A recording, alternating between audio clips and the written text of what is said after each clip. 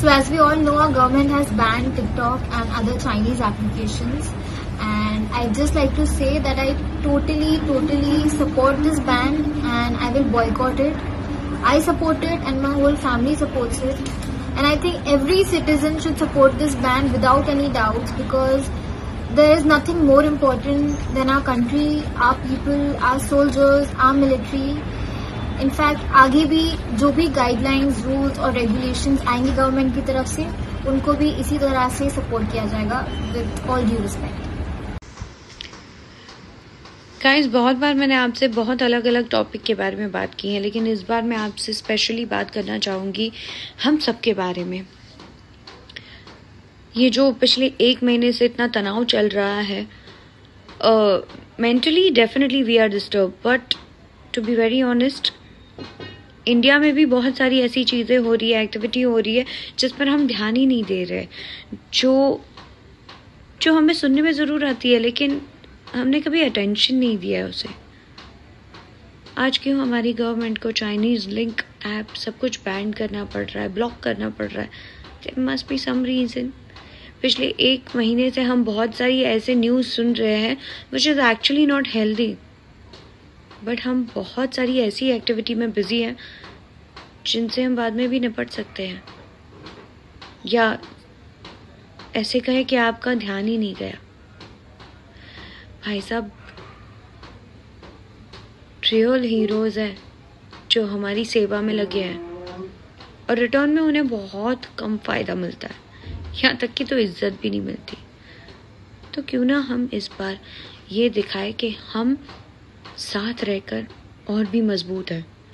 Please support our army, support our nation, support for yourself and show them the power of Indian.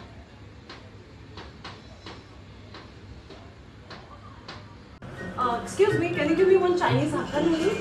अरे ओ madam, क्या कर रही हैं आप? आपको पता नहीं है सारी चाइनीज आइटम बैन हो चुकी है, सारे ऐप, टिकटॉक भी बैन हो चुका है, और आप चाइनीज हक्का नूडल मांग रही है? अच्छा, आज के बाद कसम खाइए कोई भी हिंदुस्तानी चाइनीज हक्का नूडल नहीं खाएगा।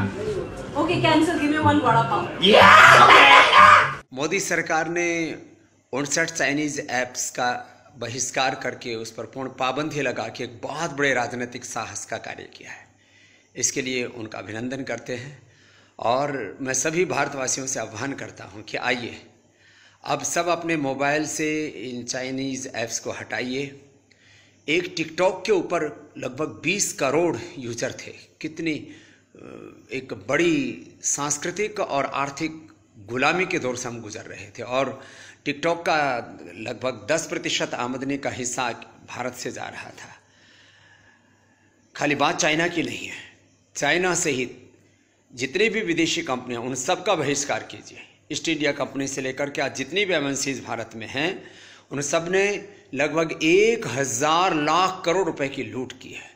जब इन चाइनीज सहित सभी एमएनसीज का बहिष्कार करेंगे तो यह देश आर्थिक और सांस्कृतिक लूट और गुलामी से बच पाएगा, यह परम वैभवशाली बन पाएगा। हम सबको मिलकर के एक आध्यात्मिक और आर्थिक शक्ति संपन्न एक महाशक्ति भारत बनाना है, सुपर पावर इंडिया बनाना है, तो उसके लिए हम सबको स्वदेशी का व्रत लेना ही पड़ेगा। आइए हम सब मिल करके अपने मोबाइल फ़ोन से चाइनीज़ ऐप्स को हटाएं और सभी एमएनसीज का बहिष्कार करके स्वदेशी को अपनाएं। एक पूर्ण स्वावलंबी आत्मनिर्भर भारत बनाने के लिए अपनी जिम्मेदारी और अपनी भागीदारी हम तय करें।